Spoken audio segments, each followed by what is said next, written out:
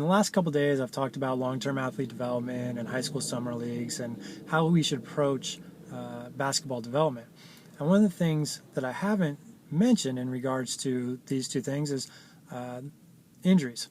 And so I think if you're a parent looking at the long-term athlete development of your child, so let's say you have, everyone's dream, your child's going to go on and become, a scholarship athlete or a professional athlete, or you're a high school coach and you have a feeder program of, let's say 5th to 8th graders that are feeding into your high school program. Well, the number one thing that can help your program succeed or help your son or daughter succeed is to make it through injury-free. The greatest predictor of injuries is previous injuries.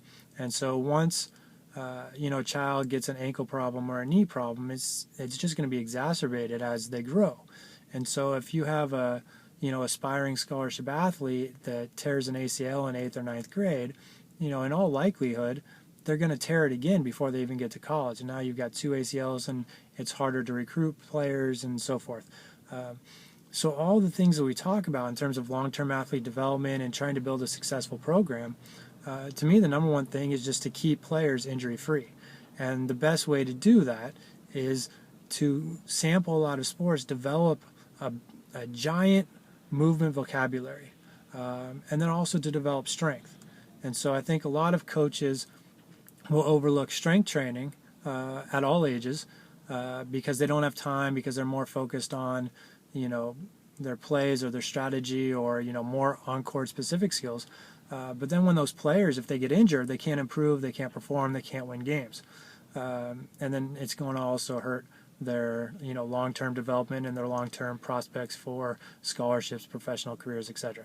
So rather than looking at strength development and movement development simply in terms of the long term, we can also think of it in terms of the short term and increasing immediate results because players are actually on the court.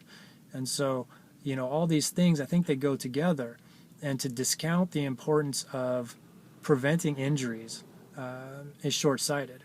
I think, again, the greatest predictor of injuries is a previous injury.